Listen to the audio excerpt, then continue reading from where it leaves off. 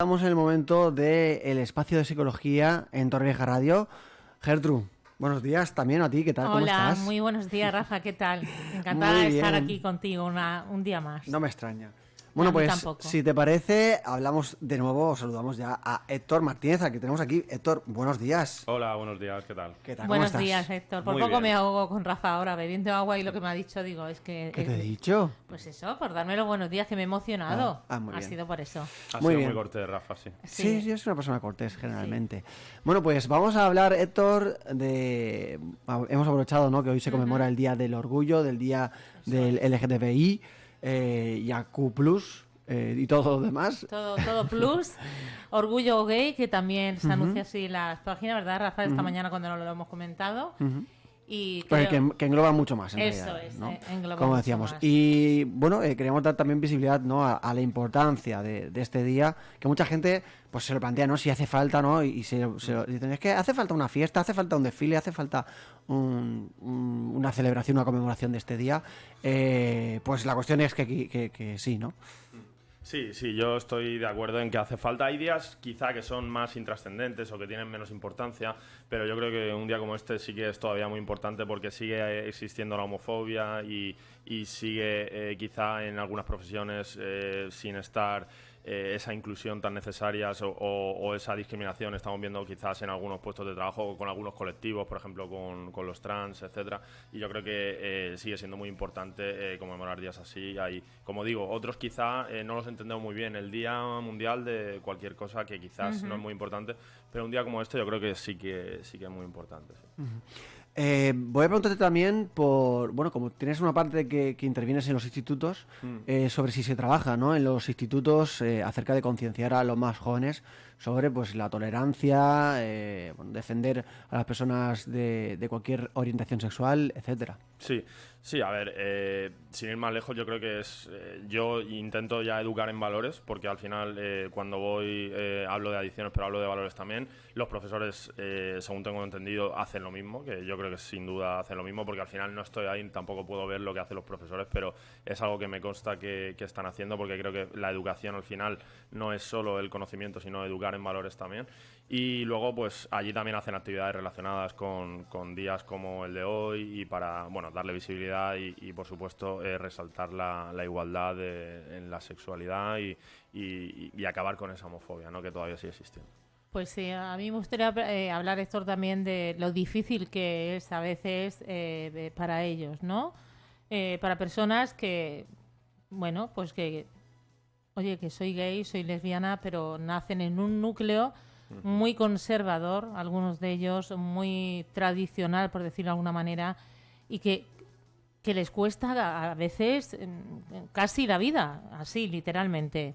Sí. Porque no son capaces de enfrentarse, de decirlo, porque les hacen sentir como que no son normales, como que con esa educación tan estricta que les hacen pensar eso, que son personas que no son normales. Entonces ellos, ¿cómo voy a decir nada si me van a criticar? Si mi padre está alabando a mi hermana, que oye, qué hombretón, qué tío, qué macho, ¿no? Esas expresiones que todavía se siguen utilizando. ¿Qué tienen que hacer? ¿Cómo deben hacer para afrontarlo? Porque todavía quedan, tenemos que decir, Héctor, familias así muy conservadoras y que pues no aceptan a veces que sus hijos, pues bueno, pues eso, sean gays, sean lesbianas o sean trans o... En fin, sí. Qué complicado. Sí, yo creo que días como el de hoy son importantes, sobre todo para los padres, ¿no? Para estos padres quizá tan conservadores y para que poco a poco vayan cambiando su mentalidad. Hay gente que es muy cerrada y que no va a cambiar nunca su mentalidad porque piensan que están en poder de la verdad y que su pensamiento es ese y que tienen razón y que esto no es normal. De hecho, ya estamos viendo en algunos países pues que incluso lo censuran o está penado por ley, que está prohibido, etcétera. Entonces hay mucho trabajo por delante todavía. Y luego, respecto a ellos, lo que pueden hacer al final es hablar, enfrentarse, hablar abiertamente de su sexualidad. Siempre hay quizás un progenitor que está más abierto a escuchar, normalmente suele ser la madre, entonces Normalmente sí, no quiero tampoco generalizar, pero normalmente. Normalmente, porque quizá por esa mayor sensibilidad, ¿no? de las mujeres, o esa empatía, o ese instinto maternal, esa conexión. Eso es lo que te iba a decir, claro, también. Entonces yo creo que tiene que ver con eso quizás.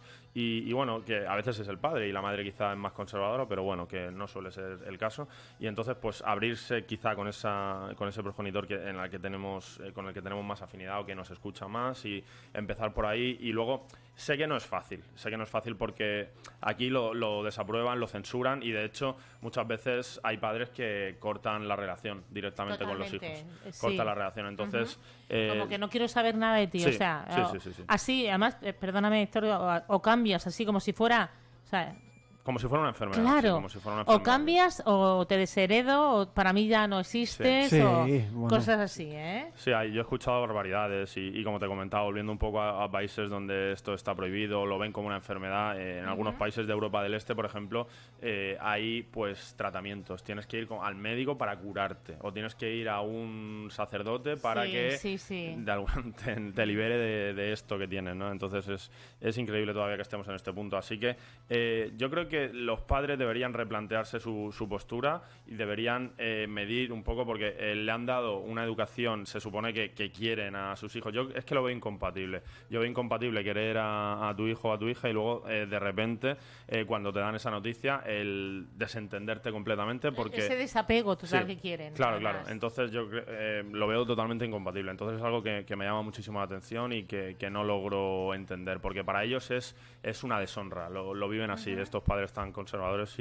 y nada. Entonces creo que los ideales que estén por encima del amor hacia un hijo me parece absurdo. Entonces creo que deberían replantearse su postura y dejar de actuar desde la estupidez y la ignorancia. Me estoy acordando ahora de un fragmento, creo que es conocido, del diario de Patricia.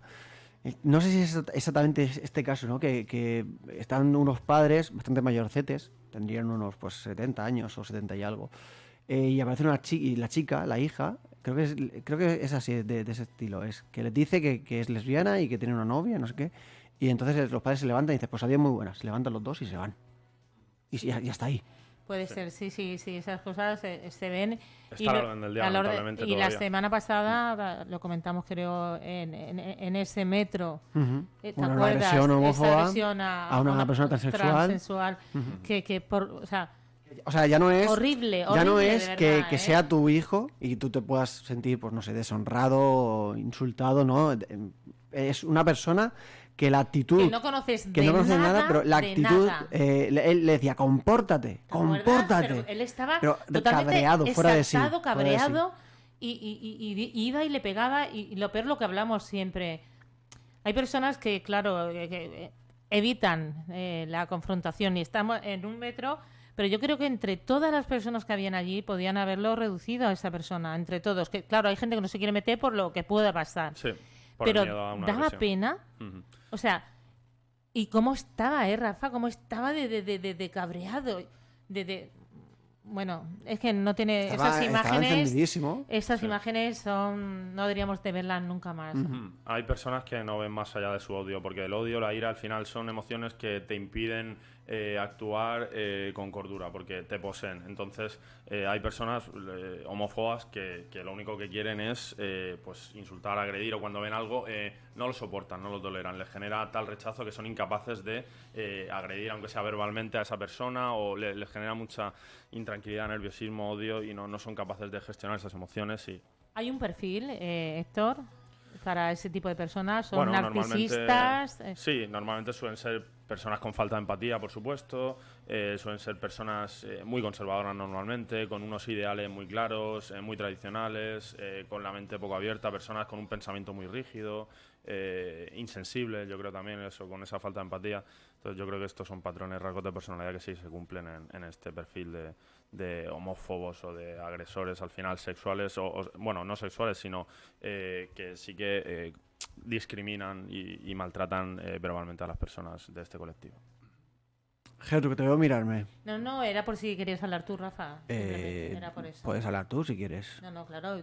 Mira, por ejemplo, ahora cada vez lo estamos viendo más. Sabéis que yo voy mucho al cine y en las películas, tanto de, digamos, por decirlo de alguna manera, para mayores, que también para niños. No digas películas para mayores, Gertrude. Bueno, sí, para mayores de 18 años todavía siguen habiendo películas. No Rafa. suena exactamente lo mismo. Bueno, para mayores de 18 años donde los niños no pueden estar porque hay imágenes que o son de dureza o no pueden verlas. No ¿vale? recomendada para todos los públicos. Eso es. Y me refería por las películas infantiles donde cada vez más sale pues una persona. Eso es. Entonces, pues bueno, ahí ya se va, digamos, metiendo un poquito para que lo vean normal, para que los niños crezcan viendo una normalidad que sé que hay muchos padres que dicen, pero por favor, y oyes comentarios estando en el cine, pero ¿esto qué es? ¿Esto tal?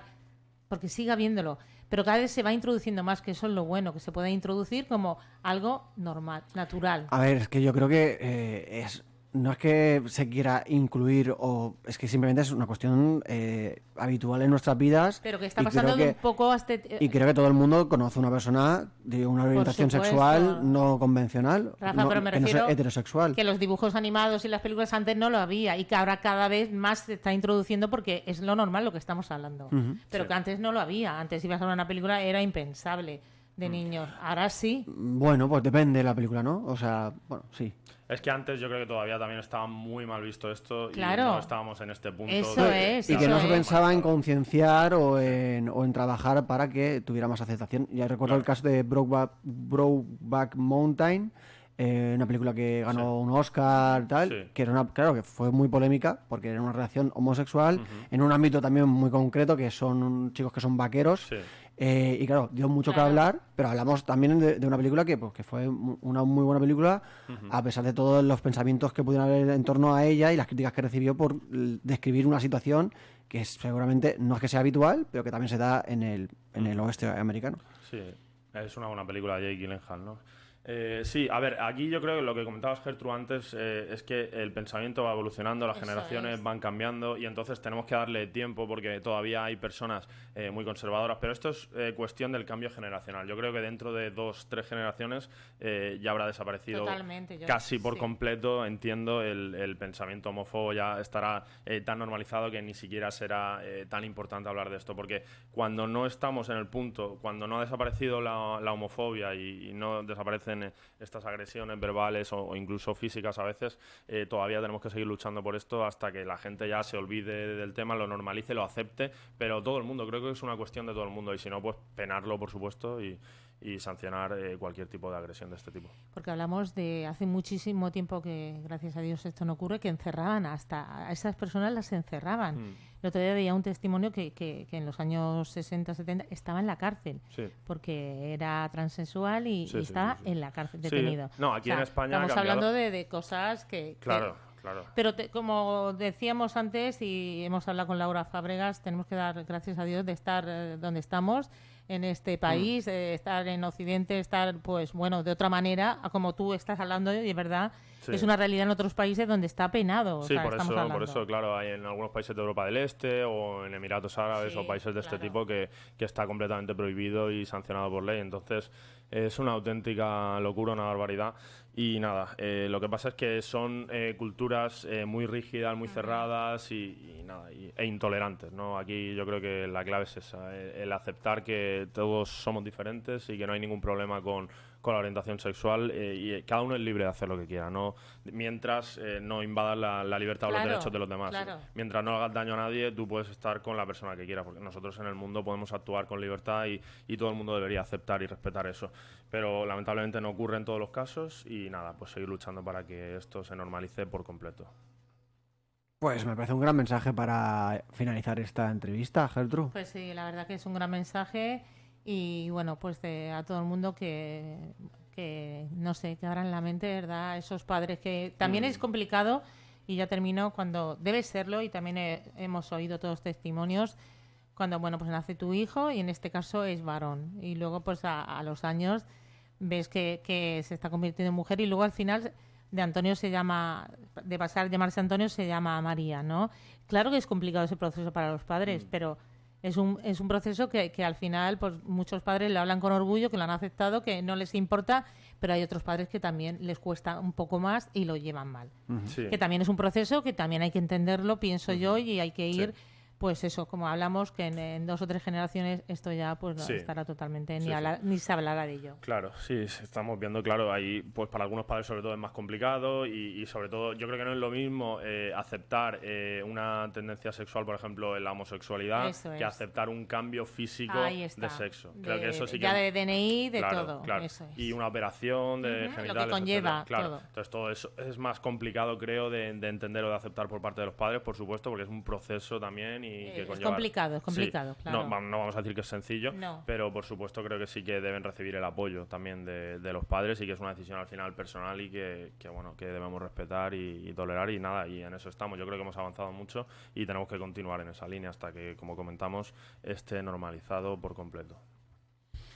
Bueno, pues muy bien, es una gran charla y como decíamos, pues hoy conmemorando el Día del Orgullo, el Día del LGTBIQ+, el Día del Orgullo Gay y ya pues de todo lo demás, ¿no? Pues Héctor, recuérdanos dónde te podemos encontrar.